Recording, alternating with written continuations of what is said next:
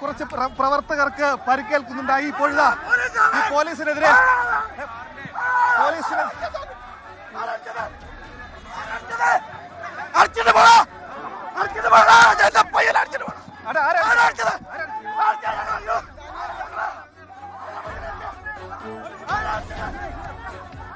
ഇവിടെ പ്രതിഷേധത്തിനിടെ നാടകീയമായ രംഗങ്ങളാണ് ഉണ്ടായത്. വാഹനത്തിന് മുകളിലേക്ക് വരെ അവിടെ കോൺഗ്രസ് പ്രവർത്തകർ ചാടി വീഴുന്ന കാഴ്ച കണ്ടു. ആന്റണി രാജു പുറത്തേക്ക് ഇറങ്ങി. പോലീസ് ആന്റണി രാജുവിന് വഴിയൊരുക്കി. തൊട്ടു പിന്നാലെയാണ് കോൺഗ്രസിന്റെ പ്രതിഷേധമുണ്ടായത്, യൂത്ത് കോൺഗ്രസിന്റെ പ്രതിഷേധമുണ്ടായത്.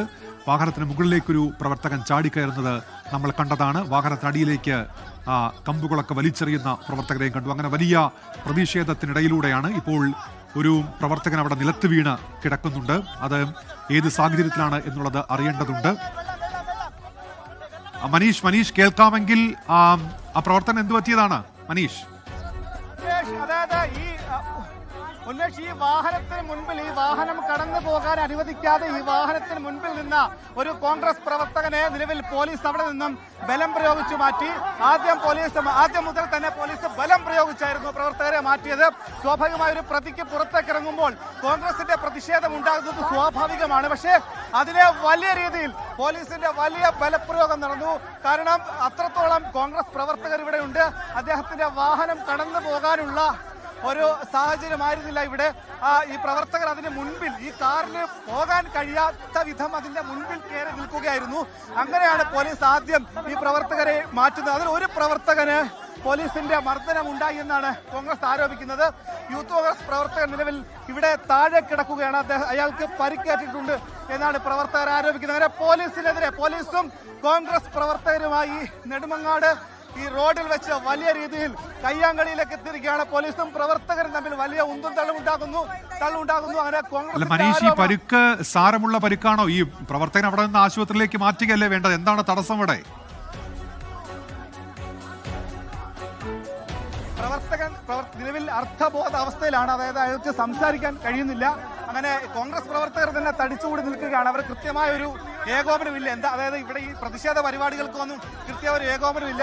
ഈ ആളുകൾ ഇവിടെ എത്തി ബഹളം ഉണ്ടാക്കുന്നു, അല്ലെങ്കിൽ ആരോപണം ഉന്നയിക്കുന്നു, പോലീസിനെതിരെ സംസാരിക്കുന്നു. അങ്ങനെ പരിക്കേറ്റ ആളെ ആശുപത്രിയിലേക്ക് കൊണ്ടുപോകാൻ അല്ലെങ്കിൽ വൈദ്യസഹായം ഒരുക്കാൻ ഇവിടെ പ്രവർത്തകർ മുതിരുന്നുണ്ട്. പക്ഷേ ഈ തർക്കങ്ങൾ ഉണ്ടാകുന്നു, അങ്ങനെ ബഹളം ഉണ്ടാകുന്നു. ഈ മാധ്യമ പ്രവർത്തകർ കൂടി കോൺഗ്രസ് പ്രവർത്തകർ വലിയ തർക്കങ്ങൾ ഉണ്ടാകുന്നു. ഇപ്പോൾ പ്രവർത്തകരെ കൊണ്ടുപോകുന്ന ഇതിലേക്ക് ഇപ്പോൾ ഇവിടെ നിന്നും ഈ പരിക്കേറ്റ പ്രവർത്തകനെ കോൺഗ്രസ് പ്രവർത്തകർ തന്നെ എടുത്തുയർത്തി ആശുപത്രിയിലേക്ക് കൊണ്ടുപോകാൻ പോവുകയാണ്. പോലീസ് നിലവിൽ അവർ ചെയ്യേണ്ട സ്വാഭാവികമായ ഒരു സെക്യൂരിറ്റി ഒരുക്കിയെന്നാണ് പോലീസ് ഉദ്യോഗസ്ഥൻ പറയുന്നത്. ഈ കോടതി വളപ്പിന് പുറത്ത് അത്രത്തോളം കോൺഗ്രസ് പ്രവർത്തകർ തടിച്ചുകൂടിയിരുന്നു. ആന്റണി രാജു MLAക്ക് പോകാനുള്ള ഒരു വഴി ഇവിടെ ഇല്ലായിരുന്നു. അതിന് ആദ്യം പോലീസ് ബലം പ്രയോഗിച്ച് തന്നെയായിരുന്നു ആ വഴി ഉണ്ടാക്കിയെടുത്തത്. പക്ഷേ വഴി ഉണ്ടാക്കിയെടുത്തപ്പോഴും ആ കാറിന് മുൻപിലേക്ക് നിന്ന് യൂത്ത് കോൺഗ്രസ് പ്രവർത്തകൻ പ്രതിഷേധിച്ചു. പലതവണ മാറ്റാൻ നോക്കി. അപ്പോഴൊന്നും മാറാത്ത പ്രവർത്തകനെ പിന്നീട് ഒരു പോലീസ് ഉദ്യോഗസ്ഥൻ ബലം പ്രയോഗിച്ച് മാറ്റി. ആ സമയത്ത് പരിക്കുണ്ടായി എന്നാണ് നിലവിൽ നമുക്കറിയാൻ കഴിയുന്നത്. പക്ഷേ പോലീസ് മനഃപൂർവ്വം ബലം പ്രയോഗിച്ചു എന്നാണ് പോലീസിൽ ഇവിടെ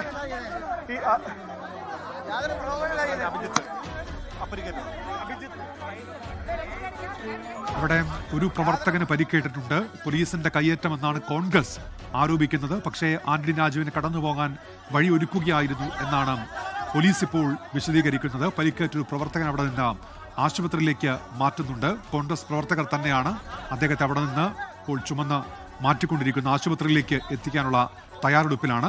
ലോകത്തെവിടെയായാലും ഏത് സമയത്തും 24 വാർത്തകളും ഓഗ്മെന്റഡ് റിയാലിറ്റി പാക്കേജുകളും എക്സ്പ്ലെയിനറുകളും വിശദമായി കാണാൻ ഞങ്ങളുടെ യൂട്യൂബ് ചാനൽ നിങ്ങൾക്ക് സബ്സ്ക്രൈബ് ചെയ്യാം.